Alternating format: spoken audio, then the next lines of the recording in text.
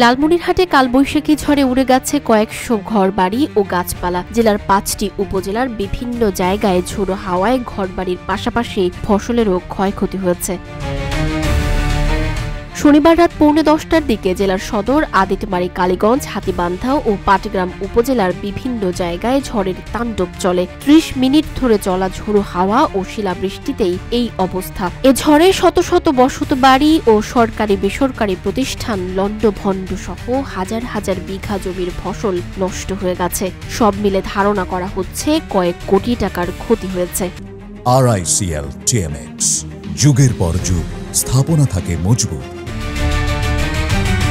জানা যায়, কালবৈশাখী ঝড়ে সবচেয়ে বেশি ক্ষয়ক্ষতি হয়েছে জেলার হাতীবান্ধা উপজেলায়। ওই উপজেলার সিন্দুরনা, পাটিকাপাড়া সহ বেশ কয়েকটি ইউনিয়নের শতাধিক বসত বাড়ি ঝড়ে ভেঙে গেছে। ক্ষতিগ্রস্ত হয় বেশ কয়েকটি শিক্ষা প্রতিষ্ঠান। এছাড়া তিস্তা তীরবর্তী ওইসব এলাকার উঠতি হাজার হাজার বিঘা জমির ভুট্টা ও ধান ক্ষেত নষ্ট হয়ে গেছে। ফলে ক্ষতিগ্রস্ত পরিবারগুলো খোলা আকাশের নিচে অবস্থান নিয়েছে। এছাড়া ওই ঝড়ে বজ্রপাতে অন্তত ৬ জন আহত হয়েছেন। তাদের মধ্যে ২ জন হাতীবান্ধা উপজেলা স্বাস্থ্য কমপ্লেক্সে চিকিৎসা সেবা নিচ্ছেন।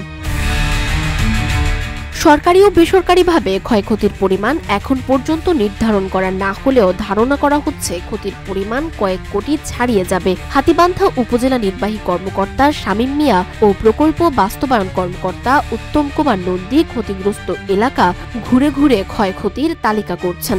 এখানে আমরা দেখলাম যে একটা গাছ পরে আমার স্কুলে 4টি ভবন একদম ধ্বংসপ্রাপ্ত হয়েছে। এটা আমরা জেলা পরিষদকে জানিয়েছি, যে কারণ এই গাছটি জেলা পরিষদের।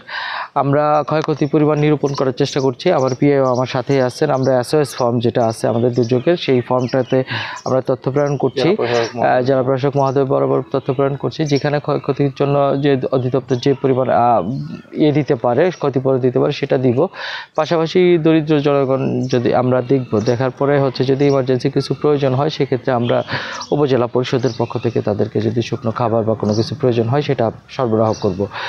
আর ক্ষয়ক্ষতির পরিমাণটা এখন আমার নিরূপণ চলছে, এটা এখনও বলা যাবে না। তবে আমার কাছে রাফ এস্টিমেট আমরা শুনেছি প্রায় শতাধিক ঘরবাড়ি ক্ষতিগ্রস্ত হয়েছে। ক্ষতির মাত্রাটা আমরা পুরোপুরি যখন আমাদের নিরূপণ হবে তারপরে সরাসরি বলতে পারবো। এখন আমাদের নিরূপণ চলছে। কোন এলাকা থেকে ক্ষতির খবর আসছে? আমি ক্ষতির খবর পেয়েছি এই পাটিকাপাড়া, এদিকে ডাওয়াবাড়িতে খবর পেয়েছি, সিন্দুরনা থেকে খবর পেয়েছি। 3টি ইউনিয়ন থেকে এখন পর্যন্ত আমি জানি। বাকি ইউনিয়নগুলোতে আমাদের খোঁজ চলছে। যদি কোথাও এই ধরনের ক্ষতিগ্রস্ত হয়ে থাকে, সেগুলো আমাদের হিসাবে বা নিরূপণে আসবে।